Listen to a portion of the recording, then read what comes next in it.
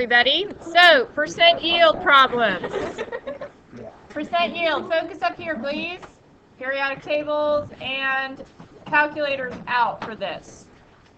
First thing you need to know, there's a few little vocabulary terms to note, like theoretical yield.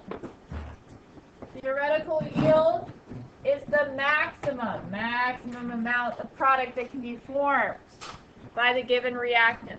So this one's always done using a stoichiometric calculation. So this should involve a T-chart. Big T-chart solving for, if we did everything perfect, then we would get this amount. This is the maximum we would get. Okay?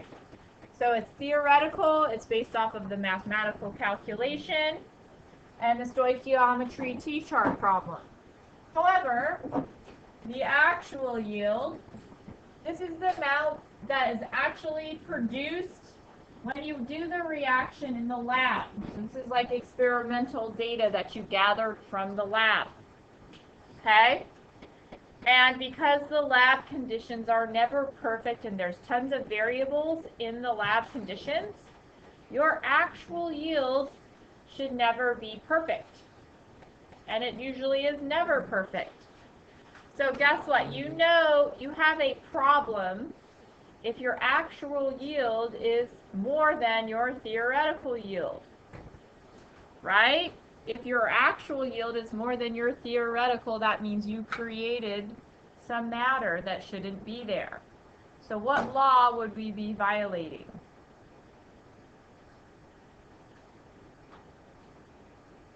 What law is it where we can't create matter? We can't destroy it either. What do we call that law? Law of conservation of matter or mass. Remember that one? The law of conservation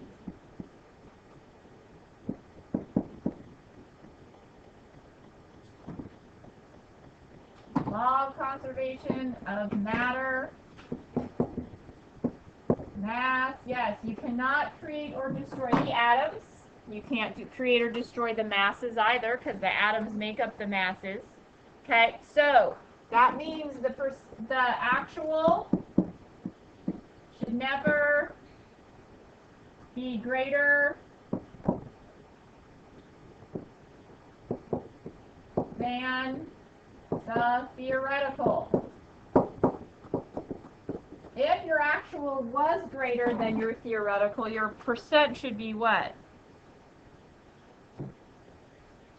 Because our equation is the actual divided by the theoretical times 100. Here's our equation. If our actual was more than our theoretical, what would our percentage be like?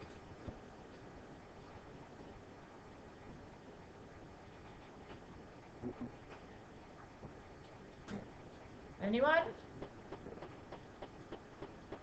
So let's think about this, guys. If my actual was 10 grams, but my theoretical was 8 grams, times 100%, what kind of percent am I going to get? Do the calculation. What kind of percent would I get?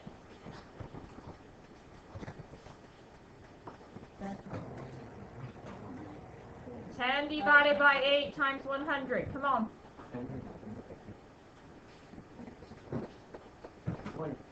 No. Calculate it. What would it be? 100 and what? 125%.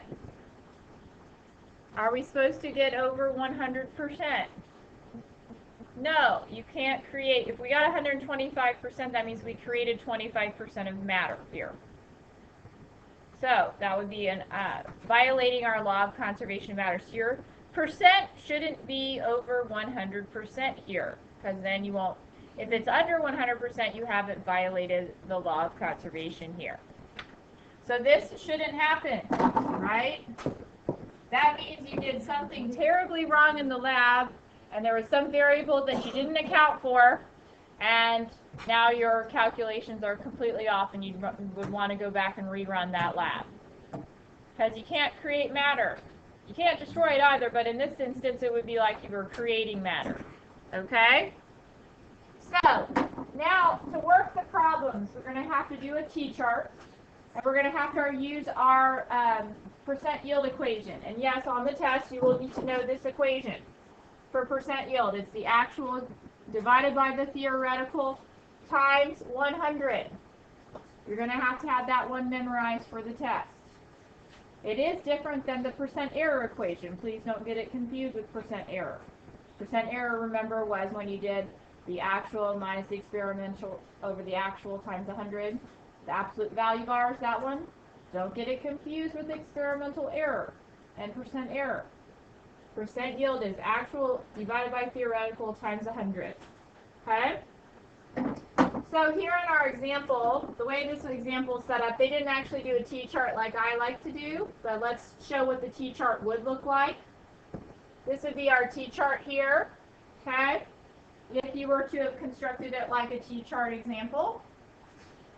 They started with 23.68 grams of calcium hydroxide and wanted to figure out theoretically how much of the hydrofluoric would they need.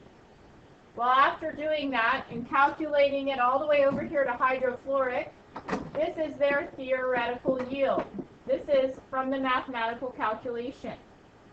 However, in the lab, they were able to only recover or were only able to get 10.41 grams of the hydrofluoric. So when they did the calculation, they took the 10.41, divided it by the 12.79 grams, and yielded 81.39%, which is a pretty decent yield. You'll see some of them are quite low.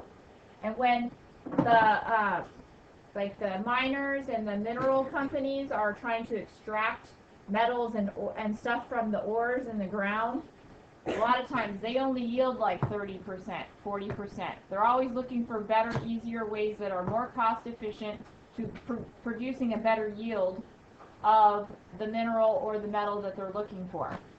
Okay?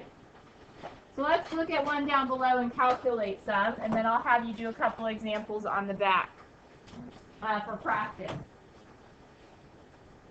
But this really isn't a whole lot new. It's basically using our stoichiometry to figure out what is possible, the theoretical, and then we can go ahead and apply it to what we would gather in the lab. And you're going to do this one in the reactions lab on Thursday. Okay? First things first, though, before we can do any kind of stoich problem, what must we do? Balance that reaction. So let's go ahead and balance our reaction. Who's out of balance here for number one? Which one's out of balance? NH3 is out of balance. Good, that's one thing out of balance. You want to fix that? Let's fix that. What can I put here to fix that? Put a 2 here, and that makes me have 2 of the NH3 groups. Good. What else is out of balance? There are some other elements that are not equaling right now. Cl is not equaling. Very good. Over here we have 4. You see 4. Over here we have 2 plus 1. What can we put here to make this one have 4 now? If we put a 2 here, that's 2 times the 1 plus the 2, so now we have 4. And look what that did. It fixed our what? The K's now both have what? 2. So now we're in balance. We have 1 and 1 and 2 and 2. Now we're allowed to do our stoichiometry because now we have a balanced reaction to do our mole ratios with. So it says determine the theoretical yield, KCl, if you start with 34.5 grams of ammonia and we have excess of the K2PtCl4 compound, potassium, like I'm sure it's like a platinate or something. It's a polyatomic there, okay? So we're starting with our 34.5 grams of ammonia, just like we always do. And we are working it to which product? Working it to the KCl, because it wants the theoretical yield of the KCl. But before I can compare ammonia with potassium chloride, I have to have it in what? What unit?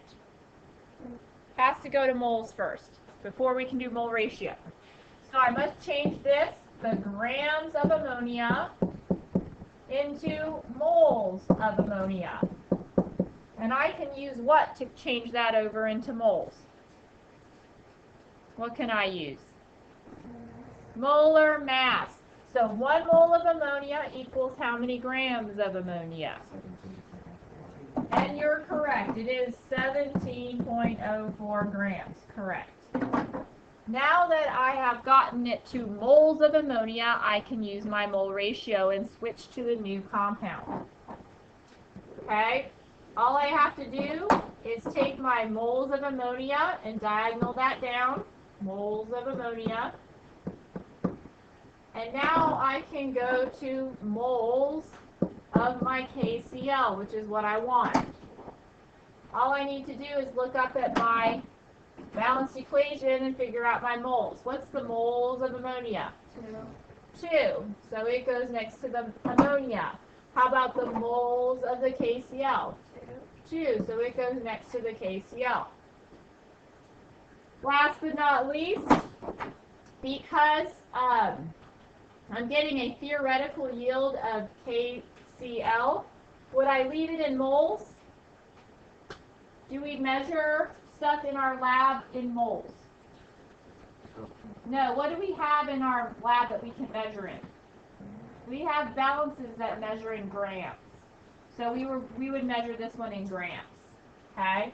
So we would keep going. We're going to take our moles of our KCl and go to grams of our KCl.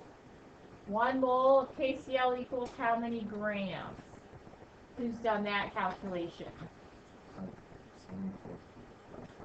74.55 is correct. Good. If you add up 1 potassium at 39.10 and 1 chlorine at 35.45 off of your periodic table. Now we do our calculation and we get a number. And this is going to be our theoretical yield. If we do everything perfect, we should be able to get this amount. But most likely, things are never going to be perfect in order to do that. Not in the lab, that is. So, what do we get here for our calculator answer?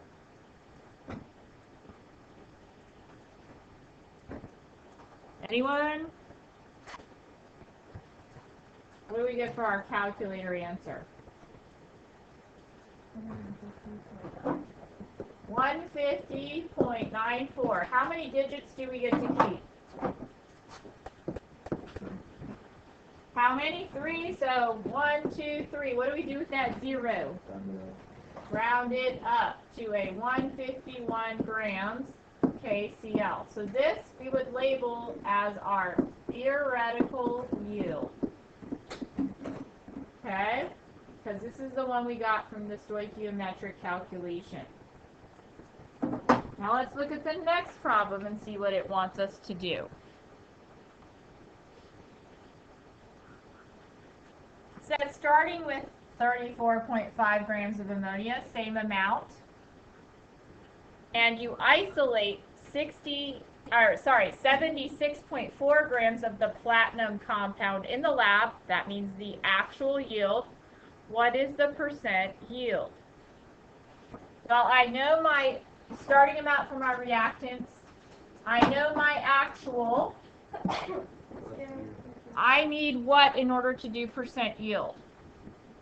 What's missing from my equation that I need to calculate before I can do my percent yield?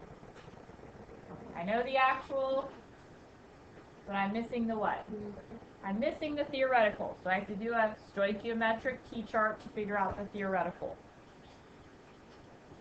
So 34.5 grams again. We're going to start out exactly the same. It's a good thing we already know the molar mass of ammonia is 17.04 grams. That equals 1 mole. We can go there now. But this time, what compound are we going to work to? We're going to start here now and work to the other product. Okay, work to the other product. So let's go ahead and do that. So my moles of ammonia still diagonal down, but this time I'm going to go to the moles of the platinum compound. This is called a complex ion compound, by the way. And let's look at our mole ratio. What goes next to the platinum compound? A 1. What goes next to our ammonia? Ammonia gets a 2. Very good. And since our actual is in grams here, we definitely have to change it because we have the grams here. Our actual, we need to change it over to grams. So we take our 1 mole, our mole here, of the PET NH3,2Cl2, and we're going to change it to grams of that PET NH3,2Cl2. Now that's going to be fun to add up because platinum's pretty heavy. What's platinum's molar mass? 195.08. 195.08 is off the periodic table for platinum. Now don't forget when you're doing your molar mass here to distribute the 2. How many nitrogens do we have here in this compound? 2. So we need to multiply our nitrogen mass by 2. 14.01 times 2. How many hydrogens do we have? 6. So we need to multiply the 1.01 of hydrogen times 6 here. And then we need to add in 2 Cl's. What's Cl's mass again? 35.45 times 2. Good. So we end up with how much as our molar mass here? Pretty hefty molar mass. How much? Anyone? What'd you get?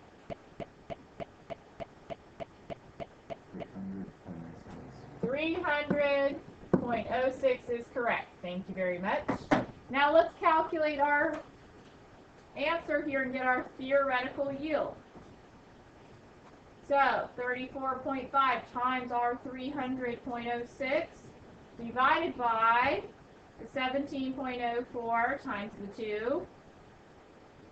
And we end up with a calculator answer of 303.75. How many digits do I get to keep though? How many digits? How many? 3? 1, 2, 3. So we get to keep 3. What do I do to my 3? Round it up or leave it alone? Round this up, so I end up with 304 grams of our platinum compound. Now, I'm not done yet though because I still need to know my percent yield. I do know my theoretical though now. My theoretical yield, we just calculated, is 304. So, we know our actual is 76.4 divided by the 304 grams times 100 is going to give us our percent yield. Following our equation because it's actual divided by the theoretical times 100. So it's going to be, let's keep our 3 digits intact. So what do we get? 25.1%.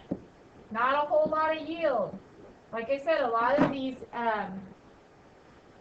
extraction processes don't yield a lot because the conditions are not always perfect. The variables are hard to measure and attain. Now, on the back,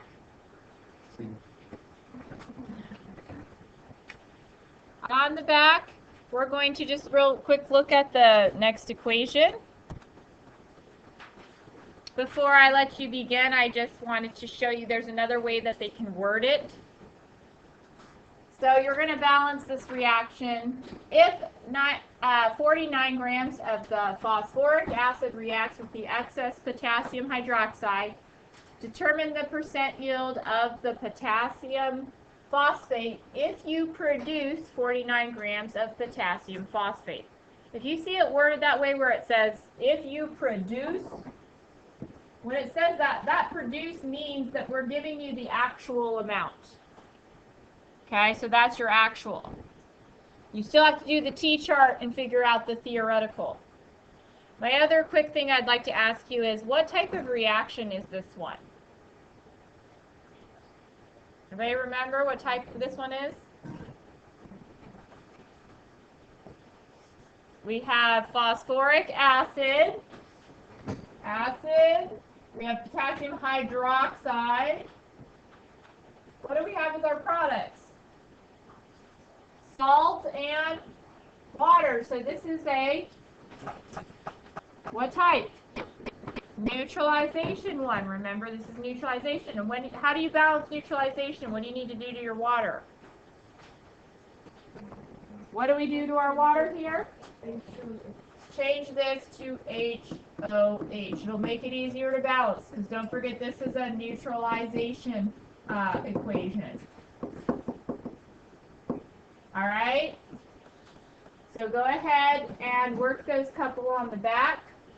I'm going to walk around and check, and we're going to, if you get done early, because this is easy for you, start working on your study guide that's due on Monday on the test day. Okay?